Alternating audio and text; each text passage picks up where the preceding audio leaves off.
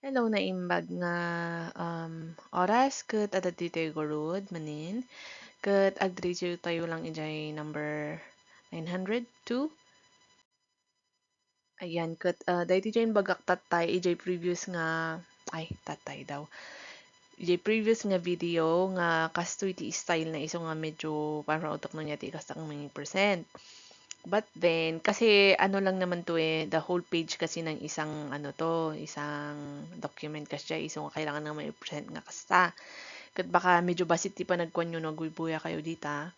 Kakaroon ng cellphone ti usaryo, kanyo nga unay nga makita. So, i-enlarge ko lang dagijay kwan, dagijay dadakkel, ay dagijay points nga, important points inya. Kasi madali lang naman no tutuusin dito nga question.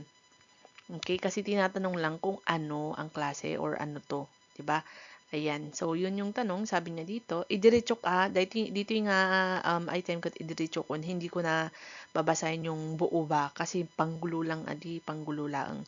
No, ti damdamagan lang dito yung nga question nga, ikat no, anya ka, no, dito yung nga, anya ba dito na document or when. Kasi, anyways, kung nga maiba ka kasi, dapat ma-introduce the word nga document dito. But anyways, sige.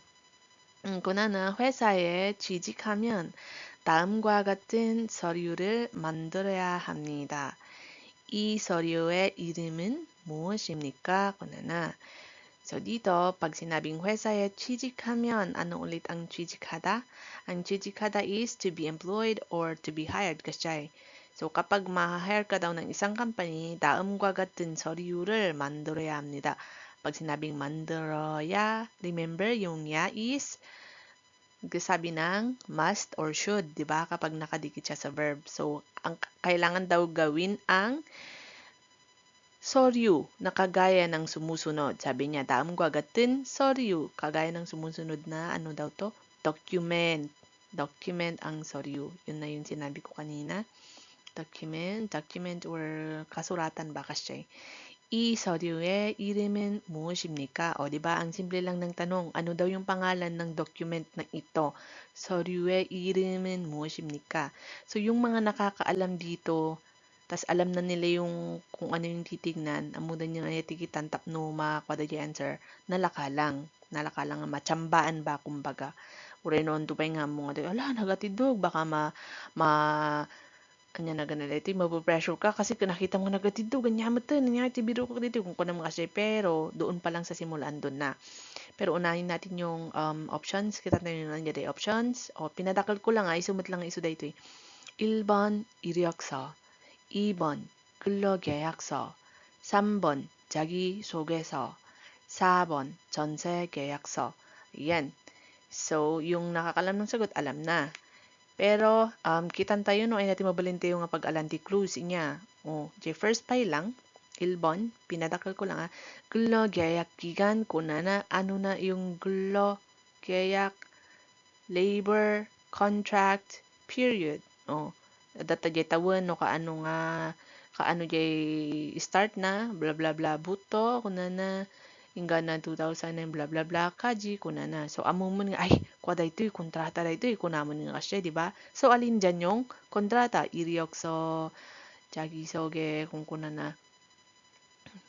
Asan dyan yung kontrata? Oh, di ba syempre amumon diya dati padpada na pay EJ number 1. EJ number 1 nga mismong word kuna na kulno gayak kuna na gayak. So usually itong mga soso na nakadikit dyan, meaning nakakuan nga di tayo kada documents ada di usually nga ada di en na itiyak sa kung kuna naman nga kasi isong ada ti so na amin dita, but not all han nga amin man nga baka kugaw kapusta ko na yung ada ti so na nga ikat ay document dito kung kunam dim nga amo nga gure sa ganti ket nga sagon, di ba?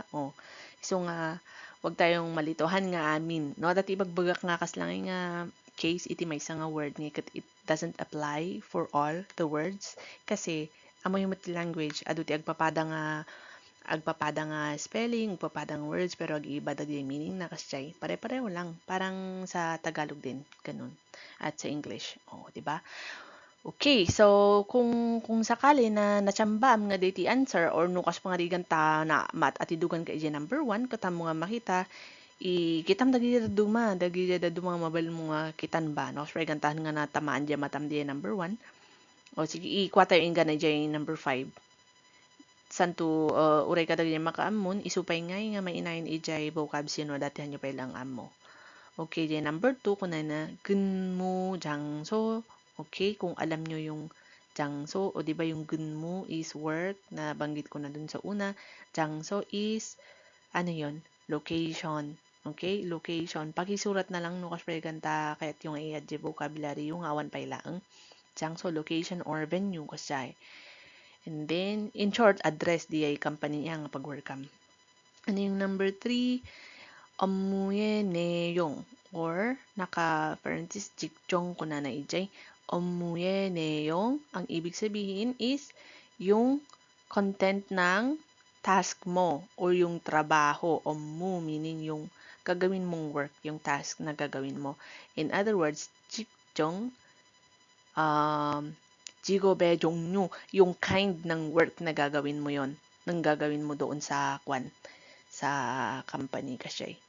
No maminsan, I mean, usually, ti karkargada dito nga ikatkuan. No, amoy dagijay mang mga gyo, kadagijay da nga po, CNC, kung kunada nga kasyay, Satur. Isu data, CNC, samot kada isun samot data Satur, nga ibagbagada, dekas lang nga, production ti plastic products.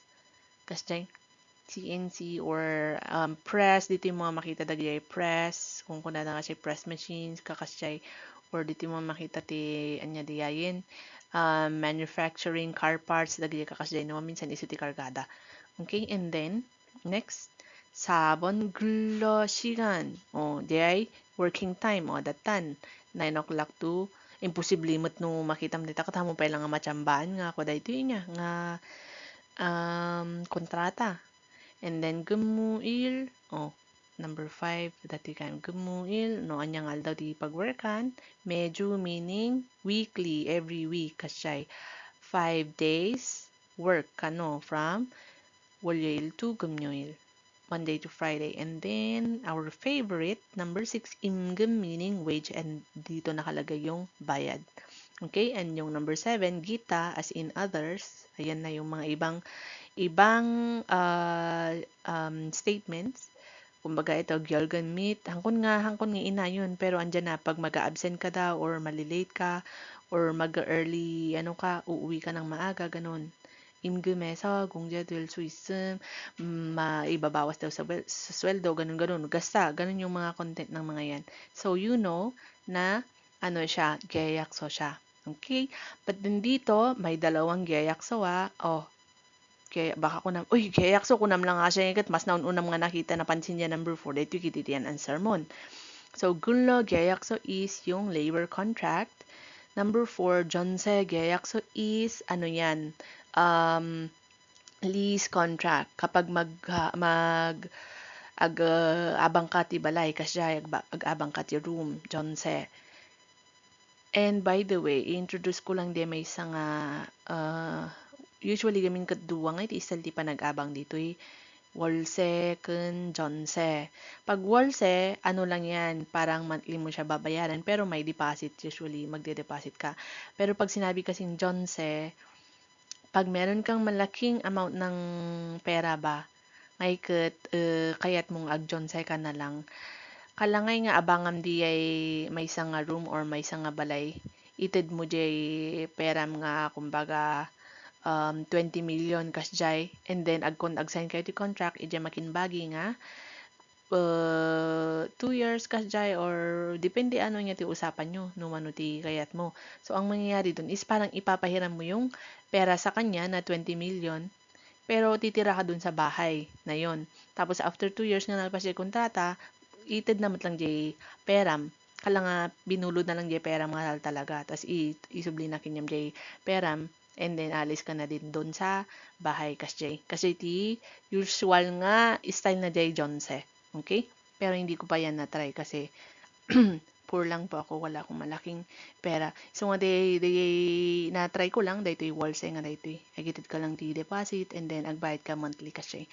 And then, 1번 이력서 아무유 dayto niya, dapat amuyo dayto yung resume, kunana, resume.